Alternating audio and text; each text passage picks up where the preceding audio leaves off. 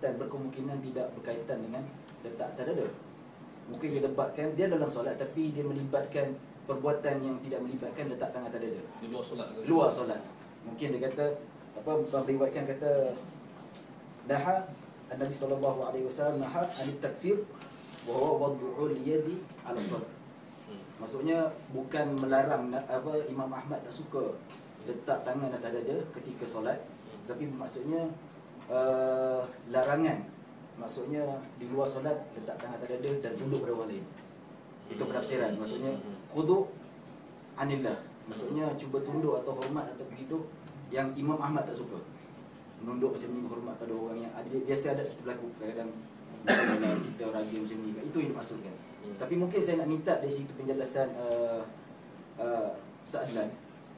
Mungkin dapat jelaskan dari sini apakah bukti-bukti yang Ustaz Adlan boleh buktikan bahawa statement Imam Ahmad ni berkaitan dengan ianya letak dada ketika solat, ataupun ada pendapat daripada Hanabilah sini yang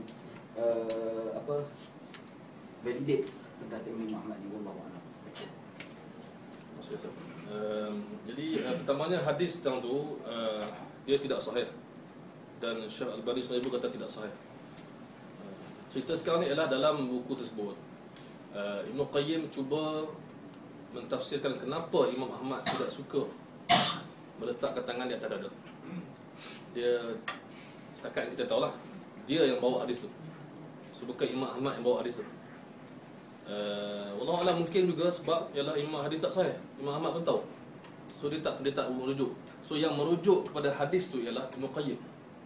Tetapi kita dapati Abu Dawud tadi langsung tak kaitkan dengan hadis tu, tapi dia sendiri yang belajar dengan Imam Ahmad, dan dia sendiri yang simpulkan apa yang Imam Ahmad pegang.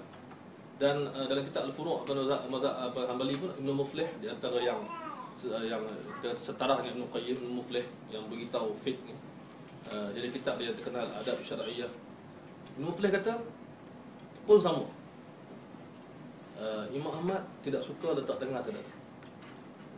Jadi kalau kita nak kata hanya Ibn Qayyim yang cakap macam tu, hanya tu mungkin boleh lah. So sekarang ni kalau kita daifkan hadis tu pun, dan kita daifkan tafsiran hadis tu pun, dia masih lagi ada argument tu, masih ada, iaitu pandangan Imam Ahmad sendiri dalam banyak kitab daripada banyak orang yang tak menggunakan apa hadis tu. Itu maksudnya. Dan lebih jelas ialah Imam Ahmad riwayat hadis ala sadrihi, tapi dia sendiri fatwa lain. Itu maksudnya. Itu lebih jelas daripada kita mana dhaifkan hadis tersebut lah, ataupun dhaifkan syarah hadis. Dan hadis tu pun mengikut Syekh Al-Albani sendiri tidak sahih. Jadi makna saya rasa kalau kita terima tafsiran tu tak tepat, tapi masih lagi ada lagi hujah lain yang masih kita perlu, bukan Imam Ahmad seorang maksudnya, bukan satu kitab Ibn Qayyim saja, bukan Imam Ahmad seorang, bukan imam lain seorang. Kalau ikut Imam Tirmizi, ramai lagi yang beri keterbukaan. Masa tak habis kan? Saya nak tambah. Siapa yang create isu solat mesti ada detail punya huraian? Itu satu kita kena fikir. Maksud Syifu cakap yang tadi tu, siapa yang state benda tu? Setiap solat kita mesti ada setiap dalil kita perinci perfect, mesti ada apa yang kita panggil sebagai apa tu?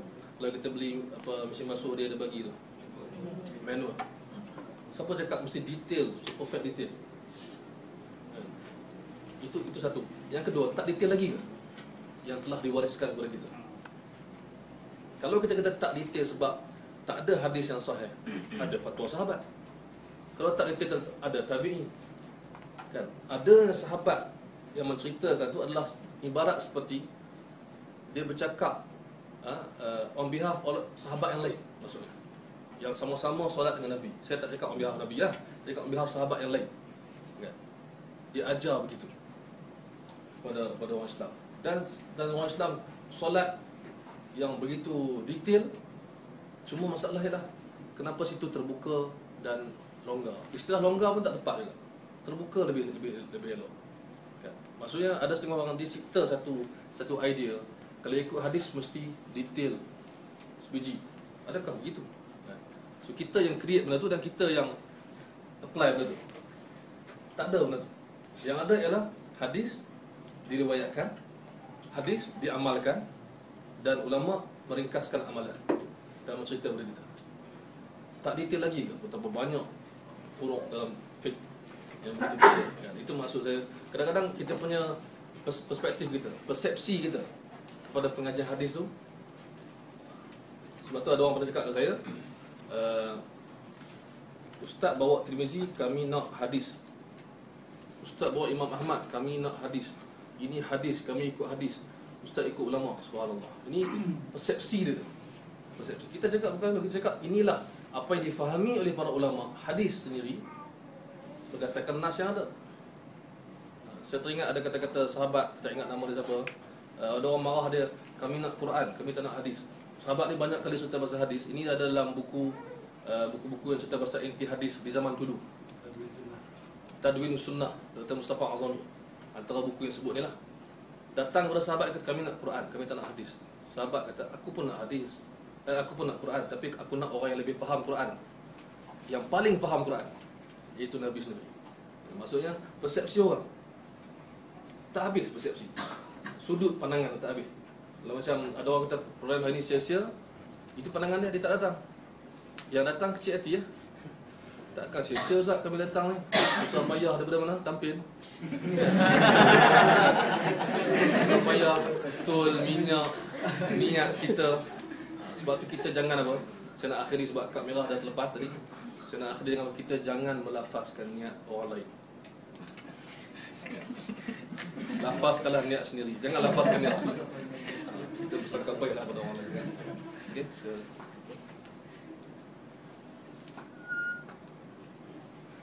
Okey.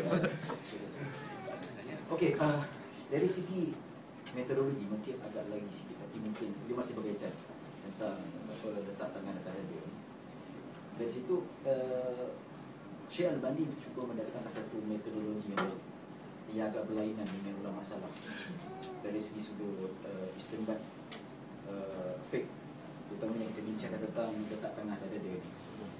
Jadi kat sini kalau kita lihat macam Ustaz jelaskan tadi, kami ikut hadis, yang Ustaz ikut ulama ya. Tapi sebenarnya kalau kita perhatikan dari detail tu, kita mungkin akan lebih memahami kenapa hadis itu yang dan sebagainya. Tapi kat sini bukankah ia akan menimbulkan satu persepsi yang agak kurang menyenangkan kepada kita sebagai pecinta ulama, yang melihat kalau Imam Al-Albani ini dia tidak mengikut metodologi salafus saleh. Adakah dia benar tidak mengambil kira pendapat salafus saleh, hanya bergantung pada hadis, ataupun dalam perbahasan hukum-hukum fiqh yang lain, ataupun dalam solat, adakah pernahkah Syekh Al-Albani juga mengambil ataupun buku-buku yang lain dia ambil pendapat daripada sahabat Nabi dan sebagainya, hanya ada pada hadis? Tak ada pada hadis, tak ada pada sunnah, walaupun ada qaul sahabat ataupun ada tabi'in dan sebagainya. Jadi susah saya minta penjelasan ataupun kita tak kata macam tu. Sebab kita pun baca buku Syekh Al-Albani, dia pun mensandarkan pandangan dia pada ulama. Itu makna, itu bukti jelas. Kita tengok buku mana-mana buku dia pun, kalau kita ambil buku silsilah hadis dhaifah pun, setiap hadis yang dia dhaifkan atau palsukan bukan dia yang cakap. Dia susun, dia ketengahkan, dia sebarkan. Dan bila mana dia mensahihkan hadis pun, dia mengetengahkan kaedah, qawaid tu, mengikut mustalah. Dia selalu ulang dalam buku dia, kama huwa muqarrar fil mustalah, kama huwa muqarrar fil mustalah, sebagaimana telah dijelaskan, ditetapkan dalam mustalah.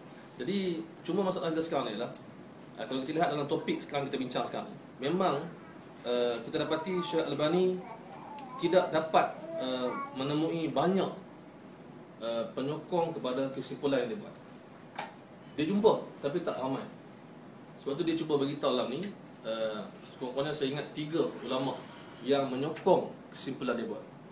Sebab tu kita kena ingatkan balik, kesimpulan dia ialah meletakkan tangan atas dada ni, inilah satu-satunya sunnah, yang lain adalah dhaif atau tidak ada asal. Itu pandangan dia, kesimpulan yang kita nak bincangkan. So dia terpaksa cari, sebab dia tahu, di sini pun tahu, semua orang tahu kita mesti sandarkan pada seseorang yang memahami dulu pada kita. So dia jumpa tiga sandaran. Pertama ialah yang dipanggil amalan daripada Ishaq bin Rahawai. Okey, Ishaq bin Rahawai. Okey. yang dikatakan dalam buku dia ambil daripada kitab Masail daripada Marwazi. Ishaq bin Rahawayh ni kita tahu sezaman dengan imam-imam yang dulu, Syafi'i dan sebagainya, guru pada Imam Bukhari. Dia kata di sini dia ambil nas daripada Marwazi yang mengatakan bahawa Ishaq telah mengamalkan sunnah ini. Okey, di dalam buku itu. Okey.